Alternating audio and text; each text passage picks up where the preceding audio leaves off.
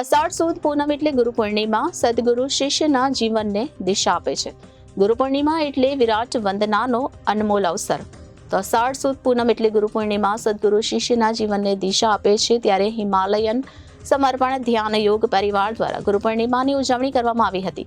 ગુરુના પારસમણી સ્પર્શથી લોખંડ પણ સોનું બની જાય છે. ગુરુનું જ્ઞાન કડીમઠ મઢી પૂરતું મર્યાદિત રહી શકતું નથી, એટલે સૌથી શ્રેષ્ઠ પદ ગુરુપદ છે.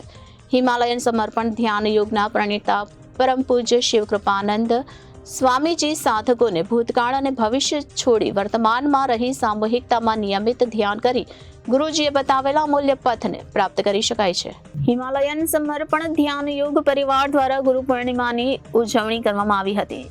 સમર્પણ ધ્યાન યોગથી ગુરુજીને સમર્પિત રહી માનભેર મસ્તક નમાવી પુણ્યશાળી આત્મા બની શકાય છે. ત્યારે હિમાલયના સિદ્ધ યોગીને કારણે ભારત સહિત દેશ વિદેશમાં સમર્પણ ધ્યાન યોગ પરિવાર લાખો સાધકો થકી અષાઢ સુદ પૂનમના દિવસે ધ્યાન યોગના પ્રણેતા પરમ પૂજ્ય શિવ કૃપાનંદ સ્વામીજીના સાનિધ્યમાં ગુરુ પૂર્ણિમાનો ઉત્સવ મનાવવામાં આવે છે. જેના ભાગરૂપે ભરૂચ સમર્પણ ધ્યાન યોગ પરિવાર દ્વારા ગુરુજીને સમર્પિત થઈ ગુરુ પૂર્ણિમાની ઉજવણી કરવામાં આવી હતી.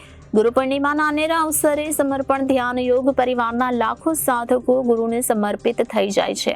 ગુરુ પૂર્ણિમાના અમૂલ્ય અવસરે નવા સાધકો જોડાય છે.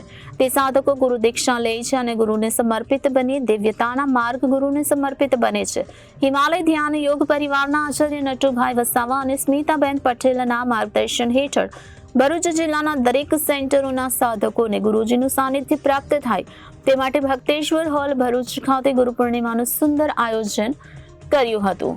ગુરુના પારસમણી સ્પર્શથી લોખંડ પણ સોનું બની જાય છે. ગુરુનું જ્ઞાન કડી મઠ મઢી પૂરતું મર્યાદિત રહી શકતું નથી, એટલે સૌથી શ્રેષ્ઠ પદ ગુરુપદ છે. હિમાલયન સમર્પણ ધ્યાન યોગના પ્રણેતા પરમ પૂજ્ય શિવ કૃપાનંદ સ્વામીજી સાધકોને ભૂતકાળ અને ભવિષ્ય છોડી વર્તમાનમાં રહી સામૂહિકતામાં નિયમિત ધ્યાન કરી ગુરુજીએ બતાવેલા અમૂલ્ય પથને પ્રાપ્ત કરી શકાય છે. Reporter Viral Gohil, Janadesh news, Bharuch.